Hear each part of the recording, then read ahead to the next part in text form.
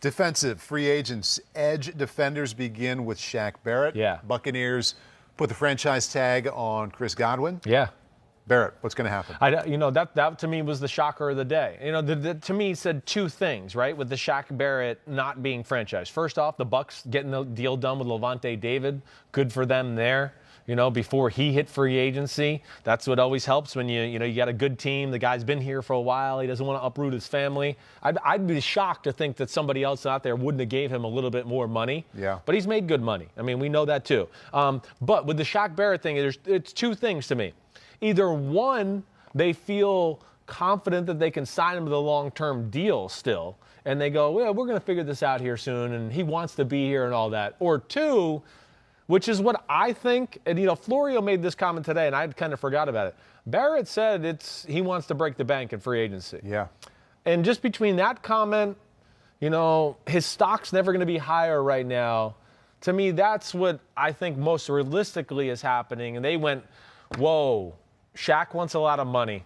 Let's get Chris Godwin and make sure we keep him. Right. And we could work that out, or if we got to do a one-year franchise thing with Godwin, they can handle it. But to me, it speaks more to Shaq Barrett's got the word out there that he can get huge money, and Tampa's not willing to give him that. You brought up Bud Dupree. It sounds like both you and your dad like him with Pittsburgh. I love him. What would you like to see happen there? Well, yeah, I mean, listen, it's all going to be about the status of his knee and where that is and everything like that. He is a difference maker.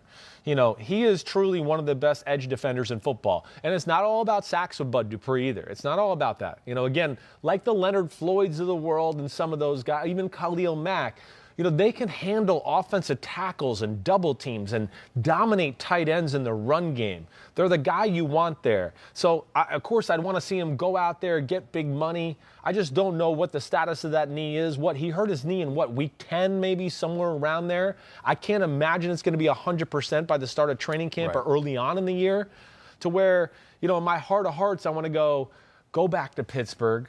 They know what you're about.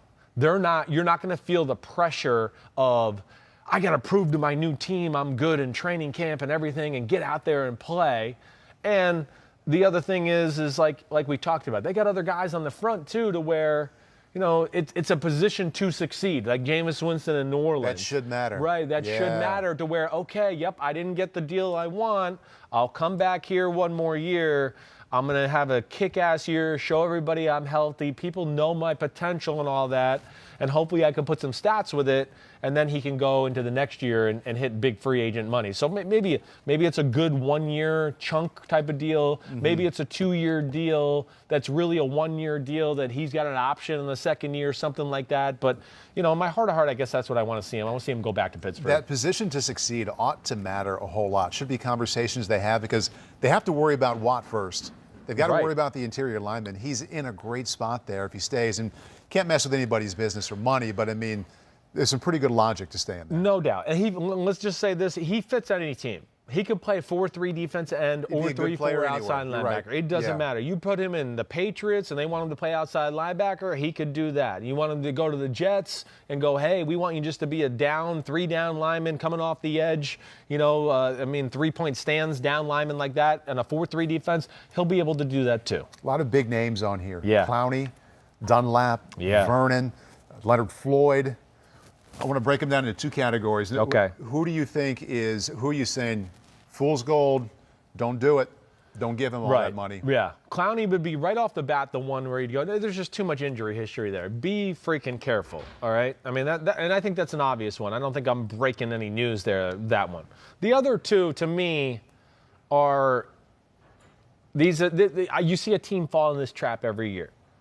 The Haason Reddick and Trey Hendrickson would be the two guys I'd go, hey, everybody out there, don't just watch this year and just go, oh, this year it was good, and look at the quality of the sacks. How did he actually get the sacks? Those type of things. So that would be the ones I'd go be buyer beware.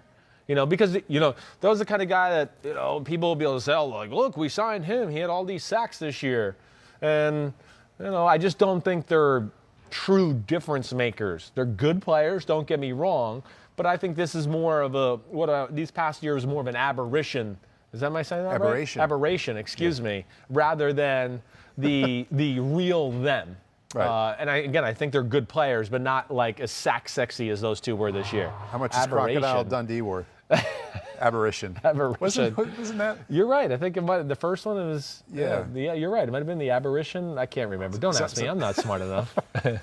Okay. And people ask me a lot of times, like, how do you tell the truth so much, or why are you so? Because I'm not smart enough to remember the bullshit. I can't remember my own bullshit. So that's when I made a decision to just go on and be truthful and just say it how it is. All right. The other side of the edge rushers. Yeah. Who do you think provides the best value and will be a great signing? Well, I'm a huge Leonard Floyd fan. Yep. That to me is a no-miss signing. You know, he got a little bit of part of the top 8 pick with the Bears, and the sacks weren't there, and it fell out of favor with the town and the city and everything like that. But to me, is still one of the premier edge defenders in football. Again, I don't expect him to be in the 10 to 12 sacks per year type of thing ever, but I think he'll be consistently around 8, 7 with a ton of disruption, and that's really his beauty. So again, I don't know what his price tag is going to be in a year like this. This would be another thing where he might, not get the total money he wants, or it's a short-term deal or anything like that. But man, Leonard Floyd is the guy I look at to go, like the Tennessee Titans.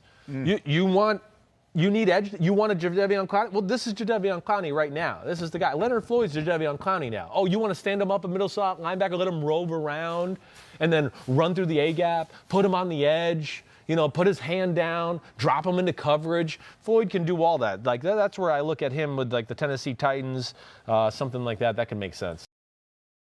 Hi, I'm Mike Tirico, and thanks for watching. Make sure to hit subscribe for the latest news and highlights from NBC Sports.